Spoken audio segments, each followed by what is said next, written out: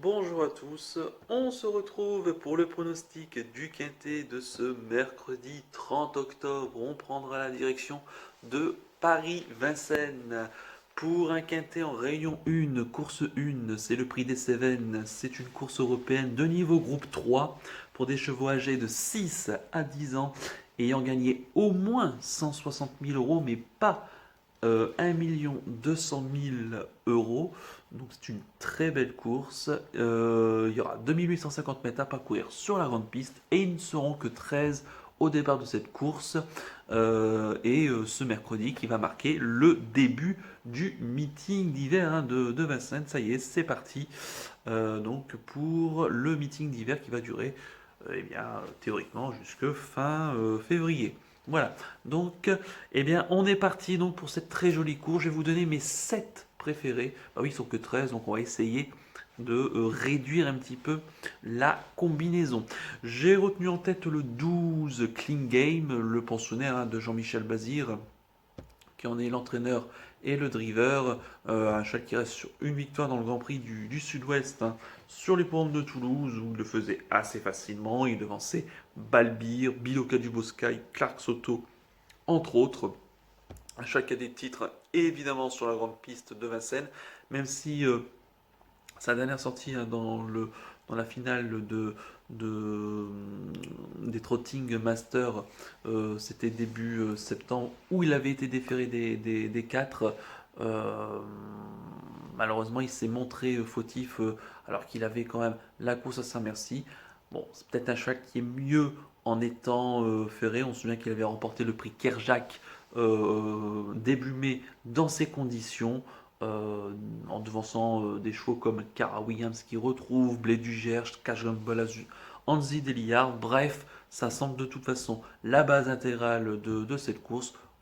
Personnellement, je pense qu'on a fait de cette course un objectif et je ne le verrai pas battu.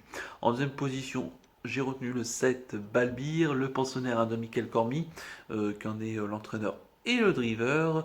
Il reste donc sur une deuxième place dans le Grand Prix du Sud-Ouest, donc battu par Clean Game, pardon, un cheval qui avait fait son été sur l'hippodrome de la Côte d'Azur à Cagnes-sur-Mer où ça s'est très très bien passé. Un cheval qui a des titres sur la grande piste de Vincennes.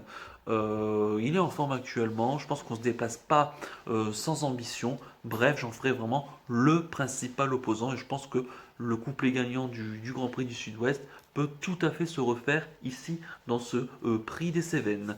En troisième position, j'ai mis le 13 Cara Williams, le pensionnaire de Sébastien Garato, la drive de David Thomas.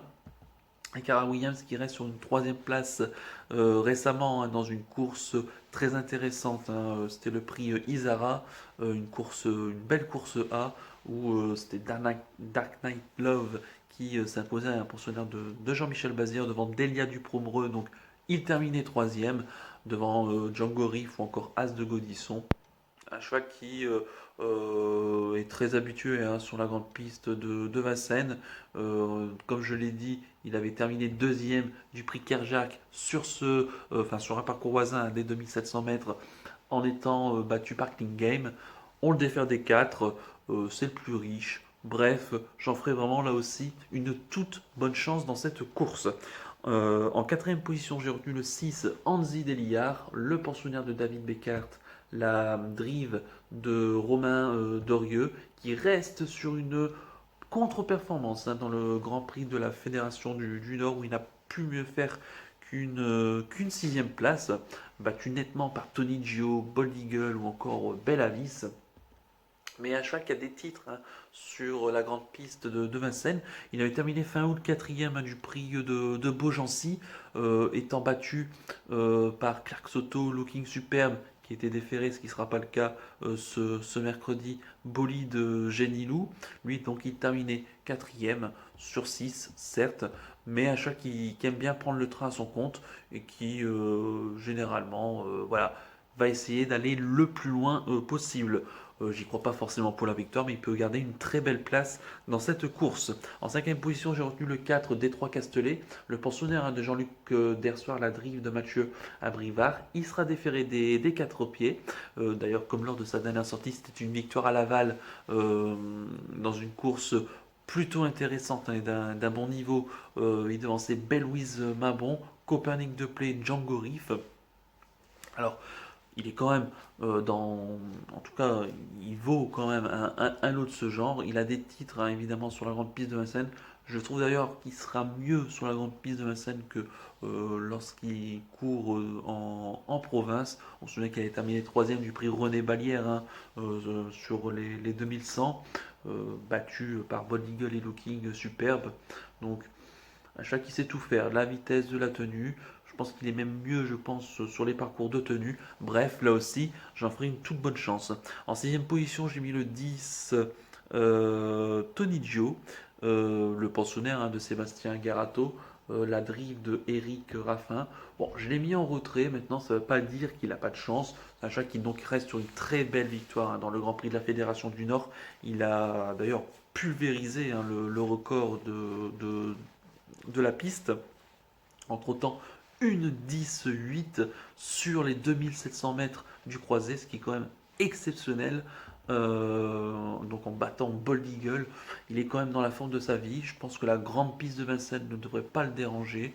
Il a terminé cinquième, hein, de la finale des Trotting Masters, donc fin août, début septembre, pardon, sur l'hippodrome de Vincennes. Il avait remporté notamment aussi le prix Chambon-P cette année, devant le regretté Aubryon du Gers.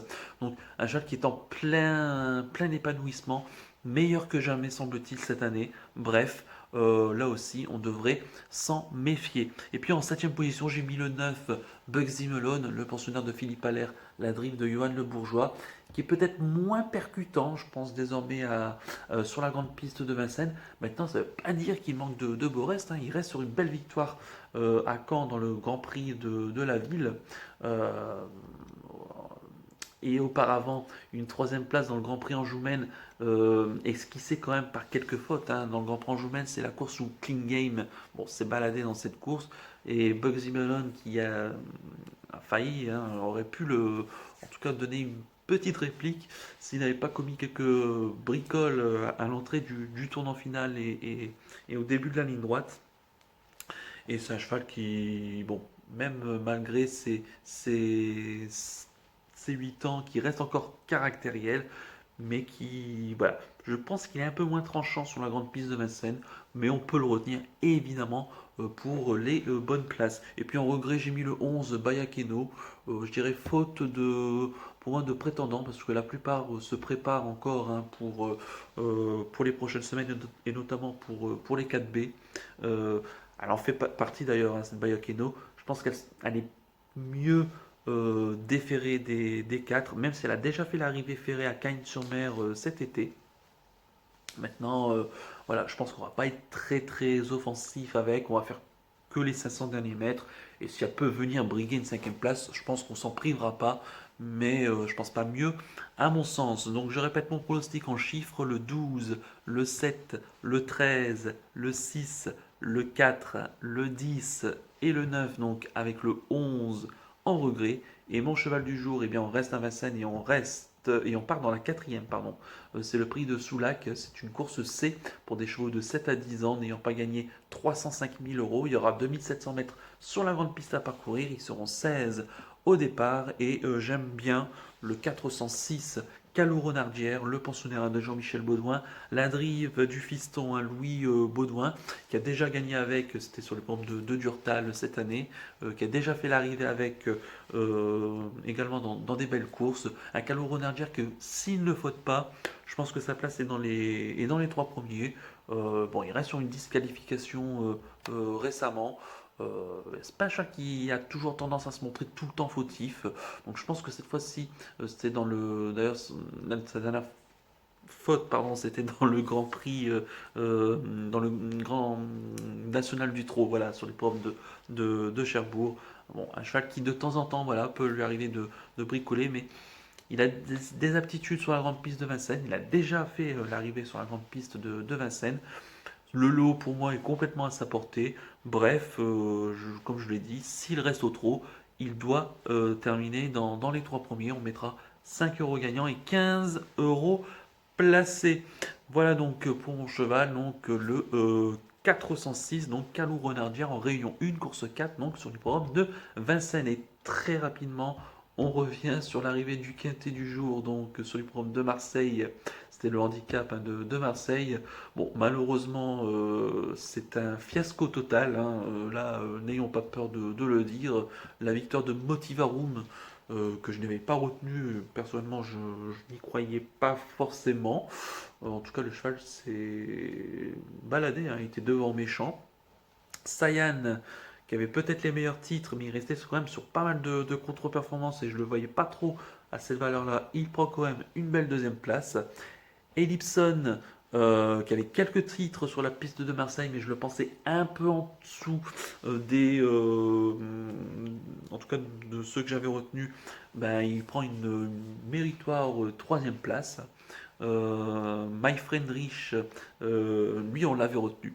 Il termine quatrième à 15 contre 1. Et Desert Warrior, qu'on avait également retenu et qu'on y croyait plutôt pour les places, et bien il prend une cinquième place donc à la cote de 16 contre 1, donc devant Café Macchiato, qui était l'un des plus en vue, qui termine que sixième. À noter la grosse désillusion de Just Formality, de l'Indomptable, qui ont très très mal couru, et surtout Darkside, hein, qui était devant et qui s'est complètement arrêté.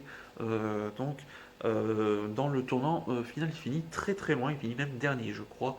Donc pas terrible pour Darkside, hein, dont on avait fait le déplacement avec beaucoup d'ambition. Et quant à mes chevaux du jour, alors au croisé la roche, alors là c'est pareil, c'est un fiasco total. Alors là, c'est vraiment un lundi noir, hein, comme on dit, ça peut arriver. Dans la deuxième, donc, je proposais deux chevaux, Crack de Rebec et Capoil Laborie, qui terminent respectivement 5 et 6e. Ils finissent pas loin, hein, ça s'est joué à pas grand chose. Maintenant, voilà, les chevaux, voilà, ça peut arriver malheureusement. Voilà, ils courent pas si mal, hein, tous les deux, mais voilà, ils sont battus par des meilleurs finisseurs, hein. Je pense à Confidential Bond qui s'impose. Et puis d'ailleurs, c'est quand même des grosses cotes, hein. Carla Duhoulm, la poursuivante de Philippe Dojar, qui était ferré à presque 50 contre 1, j'y croyais pas forcément. Et puis le troisième qui était c'était Caprice du Cossé, voilà, le poursuivant d'Arnaud Leduc, à plus de 100 contre 1, je crois, qui termine troisième, qui s'est lancé en seconde ligne. Et voilà, personnellement, j'y croyais pas forcément. Et puis dans la troisième, qui s'est couru il y a quelques minutes, eh bien, comment s'appelle la Dixie de Vandel, voilà, qui n'a été que l'ombre d'elle-même, hein. J'étais extrêmement déçu. Elle n'a jamais été dans la course. Donc vraiment très très très déçu de son comportement, d'autant qu'elle était quand même sur sa piste. Bref, j'ai pas vraiment d'explication quant à son échec.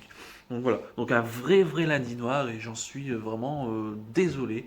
D'habitude, voilà, on essaye de s'en sortir, mais là, vraiment, que ce soit dans le quintet ou dans les chevaux du jour, ça a été vraiment un fiasco total. J'espère que pour ce début du meeting d'hiver de Vincennes, ça va très très bien se passer. Voilà, et bien il ne me reste plus qu'à vous remercier, qu'à vous souhaiter évidemment bonne chance pour les paris. Merci à tous, hein, pour votre fidélité. N'oubliez pas de liker et de vous abonner à la chaîne si ce n'est pas déjà fait. Je vous en remercie par avance, hein. On approche des 3000 abonnés, on est aux alentours de 2850 abonnés, ce qui est quand même génial. Et je vous en remercie énormément.